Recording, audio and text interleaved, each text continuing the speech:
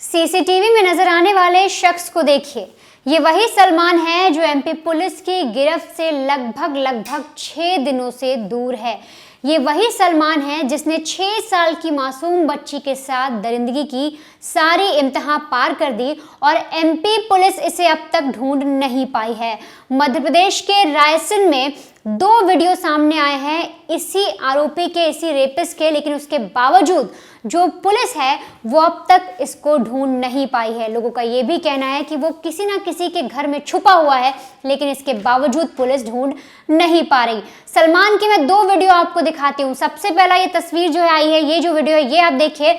इसमें इसने नीले रंग की शर्ट पहनी हुई है और ये बाल संवारता दिख रहा है। अगर इस वीडियो को आप शुरुआत से गौर कर देखेंगे तो पता लग रहा है कि जो फुटेज है नेशनल हाईवे 45 पर पंजारा की एक दुकान पड़ती है उसके आसपास की है और इस नेशनल हाईवे पर आपको दिखेगा नीले रंग की इसने शर्ट पहनी है और वहां पर एक ट्रक वाले को रास्ता बताता हुआ नजर आता है।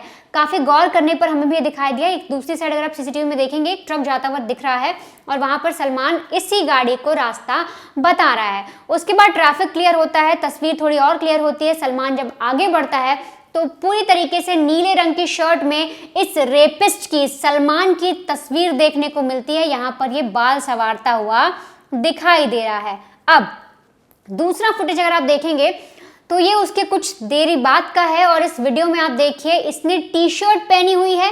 एक दुकान दिखाई दे रही है जहां से ये सिगरेट लेता दिखाई दे रहा है। दुकान पर खड़ा हुआ है और इसने एक टी शर्ट पहनी और सिगरेट लेने की कोशिश ये कर रहा है। ये दूसरा वीडियो उसका कैप्चर हुआ और अब पुलिस इन्हीं को ट्रेस करके सलमान को ढूंढने की कोशिश करे, क्योंकि ये जो सलमान है इसने 21 नवंबर को इस वारदात को अंजाम दिया, लेकिन 12 नवंबर को लगभग 10 दिन पहले ही इसने अपना जो फोन है वो स्विच ऑफ कर दिया था। ये उस बच्ची पर गंदी नजर गड़ाए बैठा था क्योंकि इसको पता था कि अगर ये अपना सेल फोन इस्तेमाल करेगा तो उसके जरिए इसका ट्रैक हो जाना बहुत ही आसान है।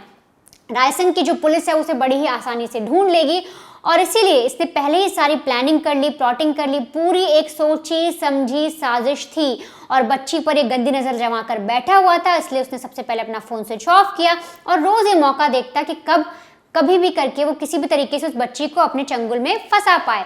और 21 नवंबर को ये दरिंदा उस बच्ची को चॉकलेट देने के बहाने उसके घर के बाहर से बहला फुसला कर ले जाता है और उसके साथ दरिंदगी की इंतहा पार करता है, उसके साथ रेप करता है। अगर मैं इस पूरे मामले का जिक्र करूं तो करीब 5-5:30 बजे के आसपास बच्ची घर से बाहर खेलने जाती है। 7:30 तक उसका कुछ पता नहीं चलता। परिवार बाहर देखने जाता है तो बच्ची कहीं दिखती नहीं। उस बच्ची को ढूंढने की कोशिश की जाती है तो कहीं भी उसका पता नहीं चलता। अब 8 बजे के आसपास जो गांव के लोग थे भीड़ इकट्ठा हो जाती है। बच्ची की कोई इनपुट नहीं मिलता, बच्ची कहीं भी नहीं मिलती। 8:30 के आसपास जब जंगल की तरफ जाते हैं तो देखते हैं कि बच्ची रो रही है और रोते रोते वो आगे बढ़ने की कोशिश कर रही है। उसका पूरे शरीर पर खून लगा हुआ है। ये पहली स्टेटमेंट यहाँ तक आई थी, फिर पुलिस को इन्फॉर्म किया जाता है और उसके बाद हॉस्पिटल ले जाते हैं। हॉस्पिटल में एम्बुलेंस भी नहीं मिलती है। 2 घंटे तक बच्ची उसी अवस्था में वेट करती है। सोचिए, लहूलुहान है, उसके प्राइवेट पार्ट से ब्लीडिंग हो रही है, चेहरे पर सूजन आई हुई है, हर जगह जख्म है। उसे 2 घंटे तक इंतजार करा के रखा जाता है और उसके बाद प्राइवेट व्हीकल से उसे एम्स भोपाल ले जाया जाता है। लेकिन अब इस पूरे मामले में जो माँ बाप हैं उन्होंने बहुत सारी चीजें बताई हैं, अंदर की एक डिटेल सामने है और बच्ची की कंडीशन क्या है वो मैं आपको बताती हूँ। तब आप समझेंगे कि आखिर क्यों लोग इस सलमान के एनकाउंटर की मांग कर रहे हैं। दरअसल जो पिता हैं उन्होंने बताया कि जब उन्होंने सर्च ऑपरेशन शुरू किया, जब गांव के लोग इकट्ठा हुए और उन्होंने बच्ची को ढूंढने का प्रयास किया, तब हम लोग जैसे ही जंगल में दाखिल हो रहे थे एक बच्ची की रोने की आवाज़ है और जैसे हम थोड़ा और आगे बढ़े तो हमने देखा कि जो मेरी बेटी है उसके ऊपर सिर्फ कुर्ती पड़ी हुई है, नीचे का कपड़ा गायब था। मतलब उसने जो ऊपर कपड़े पहने थे सिर्फ वो बचे थे, नीचे शरीर पर उसके एक भी कपड़ा नहीं था। उसके पूरे शरीर पर खून बह रहा था और वो बेचारी चल कर रेंग कर आगे आने की कोशिश कर रही थी। और जैसे उसने अपने पिता को देखा उसने अपने सारे दर्द भुला दिए और वो भागती रोते रोते अपने पिता के पास आकर गले लग गई। ये देखकर और उसके बाद अचानक उसने सिर्फ एक लाइन बोली और फिर बेहोश हो गई। उस बच्ची ने बोला, सुनिए स्टेटमेंट है, उस बच्ची ने क्या बोला, पापा जो अंकल घर आए थे वो मुझे जंगल लेकर गए। बच्ची ने कहा कि पापा वो अंकल आए थे, उन्होंने मुझे चॉकलेट दी, इसके बाद मुझे जंगल ले गए और मेरा मुंह दबा दिया। ये कहने के बाद बच्ची बेहोश हो गई। माँ बाप को कुछ समझ नहीं आया। वो जितने भी लोग वहाँ खड़े थे हर कोई स्तब्ध रह गया कि एक छोटी सी बच्ची के साथ एक आदमी इस तरह से कैसे कर सकता है। फिर उसे हॉस्पिटल ले जाया गया, जो मैंने आपको पूरी कहानी आगे की बताई, और वहाँ उसका इलाज चला। लेकिन जो पिता है उनका कहना है कि ये जो आदमी है, जो सलमान है, जिसकी उम्र 23 साल है, ये गाँव में अक्सर बच्चों को चॉकलेट टॉफ़ी दिया करता था और ये टॉफ़ी वाले अंकल के नाम से मशहूर है और हमेशा बच्चों को ये टॉफ़ी दिया करता था।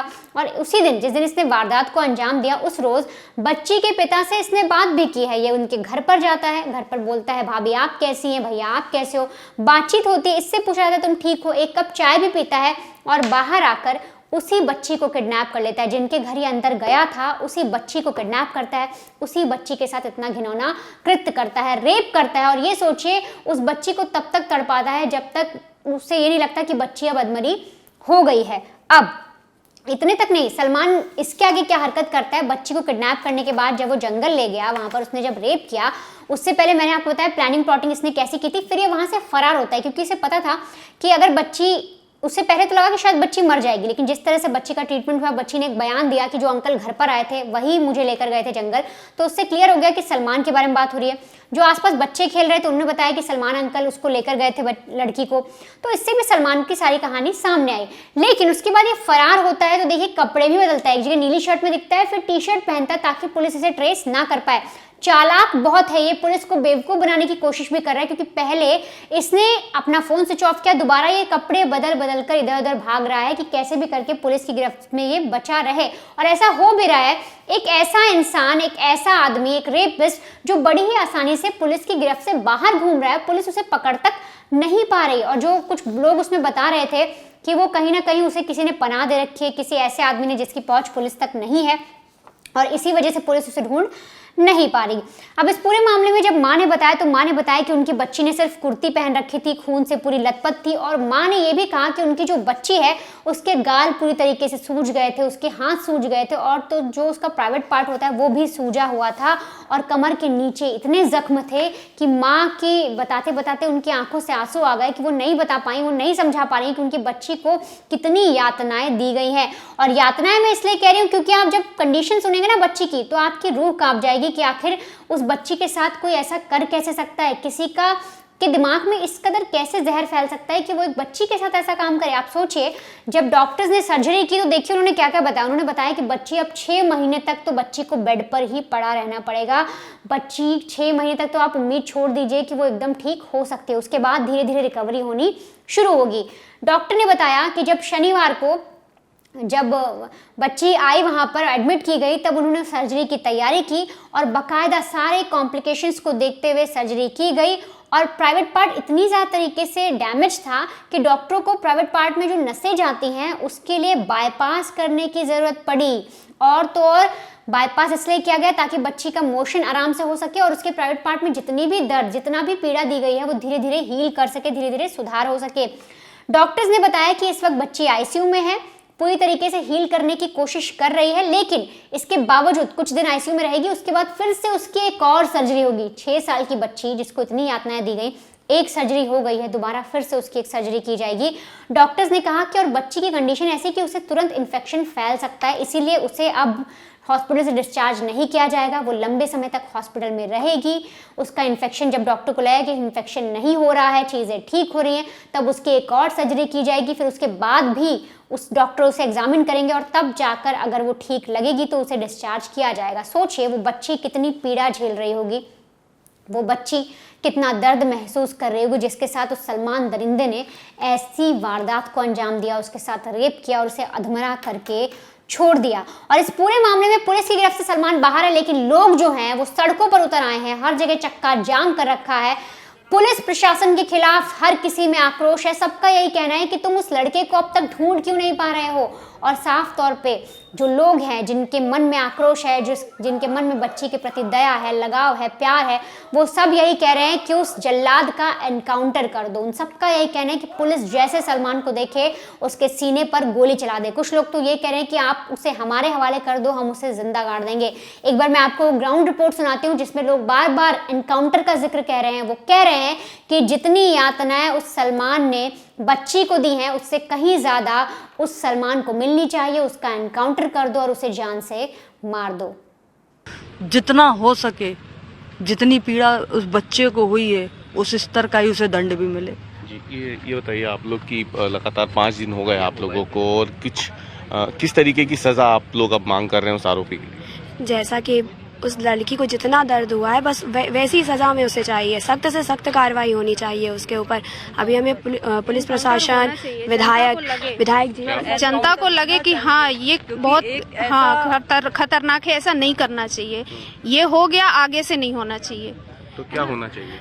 मतलब इनकाउंटर ऐसी उसकी दर्दनाक मौत होनी चाहिए, ताकि फिर जितना हो सके उतनी उतना उसको भी सहना चाहिए। लड़की ने जितना दर्द पेन वो उसको भी मिलना चाहिए उतना ही। नहीं, लेकिन आप लोग 5 दिन से यहाँ धरने पे रात भर बैठे रहे, दिन भर बैठे रहे, आपको लगा कि कुछ फर्क पड़ा है? स्थानीय प्रशासन को, पुलिस पे कुछ लगा? क्या हुआ? पुलिस प्रशासन अपना काम कर रही है, कार्रवाई कर रही है, ढूंढ रही है उसको हर जगह पर, और उन्होंने अपनी बहुत सारी टीमें भी भेजी हैं। विधायक जी ने भी हमसे बात करी, उन्होंने भी हमें आश्वासन दिया है कि वो जल्द से जल्द पकड़ा जाएगा, और जैसे ही पकड़ा जाएगा उसके ऊपर सख्त कार्रवाई होगी। चलिए आपको दिखाते हैं, तस्वीर भी दिखाते हैं। तमाम बड़े स्थानीय लोग जो हैं वो भी यहाँ मौजूद हैं, हिंदू संगठनों के लोग भी यहाँ मौजूद हैं, स्थानीय लोग भी मौजूद हैं। पीछे अगर आप देखें तो बड़ी संख्या में आपको पुलिसकर्मी दिख जाएंगे, जो कि क्योंकि कई थानों का फोर्स जो है फिलहाल रायसेन जिले में भेजा गया है। अलग अलग जगहों पर आपको बता दें कि जो जत्थे हैं वो प्रदर्शन कर रहे हैं। ओबेदुल्लागंज हो, मंडीदीप हो, रायसेन शहर हो, और गौहरगंज में भी तमाम लोग मौजूद हैं। ये बताइए क्या लग रहा है आपको? आज 5 दिन हो चुके हैं, बच्ची अभी एम्स में है। हालांकि राहत की बात यह है कि वो बच्ची रिकवर हो रही है, लेकिन आरोपी अब तक फरार है, तो इस पे क्या कहेंगे आप? आरोपी अभी तक फरार है, क्योंकि अभी तक पुलिस प्रशासन जो है लगा तो हुआ है, लेकिन उनको ऐसी कोई वो नहीं मिली है, सूचना नहीं मिली है। अपराधी के पास मोबाइल वगैरह भी नहीं है, उस वजह से शायद थोड़ी देर हो रही है। तो लापरवाही किसकी थी कि इतने दिन हो गए, 5 दिन तक एक आरोपी कोई शातिर अपराधी हो गए? क्या है कि कोई चला भी गया यहाँ से, और 5 दिन के अलावा इतना बड़ा पुलिस फोर्स जो से ढूंढ नहीं पा रहा? पुलिस प्रशासन की भी लापरवाही है। अगर उसी दिन 6 घंटे में अगर तुरंत एक्टिव हो जाती तो शायद वो भग नहीं पाता। जब वो वहाँ पे कैमरों में देखा वो आता हुआ, उनने कुछ उस टाइम एक्शन नहीं लिया, यहाँ की पुलिस ने कुछ एक्शन नहीं लिया, इसलिए आरोपी फरार हो गए। आज 5 दिन हो गए, उसका कुछ भी पता नहीं है। हमारे यहाँ की महिला बहन बेटी सब 5 दिन से धरने पे बैठी हुई हैं, उसका कुछ भी पता नहीं है। उस दिन रात में मुरारी में पता चला था कि मुरारी में वो देखा गया, मगर उस दिन डॉग स्क्वाड वहाँ पर थी नहीं, ताकि भाई उसके जो घर से थोड़े बहुत मिलते उसको डॉग को तो ले जाना था कम से कम पुलिस प्रशासन को। उस दिन डॉग भी नहीं थे वहाँ पर। सब हमने ही, पूरे लड़कों ने पूरे ने देखा, पूरे जंगल में गया। किधर से गायब हुआ वो, कुछ जानकारी मिल पाई आप लोगों को? आखिरी फुटेज जो उसकी देखी गई थी उसके बाद? उसकी फुटेज सर यहीं जहाँ दुष्कर्म हुआ उसके पास में कहीं देखी गई है, पुलिस द्वारा बताया गया है, तो वहीं से देखी गई है। और सभी का करते हैं आप लोग? यही करते हैं, यही है कि सर के फांसी हो जाए बस। नहीं, मांग उसको तो सर ऐसी सजा देनी चाहिए कि पूरी समाज को चीखे सुनाए। इनकाउंटर या फिर पब्लिक के हवाले कर दे, पुलिस प्रशासन नहीं रखे। इनकाउंटर से कम कुछ भी नहीं है। एक्चुअली क्या है, सबसे बड़ा विषय ये है कि ऐसे दुष्कर्म दोबारा ऐसे ना हो, इस प्रकार की प्रक्रिया अपनाए ताकि उसको इतना कष्ट हो जितना उसने दिया उस बच्ची को, उतना उसको मतलब होना चाहिए, ताकि आगे ऐसे करने से पहले कोई 10 बार सोचे।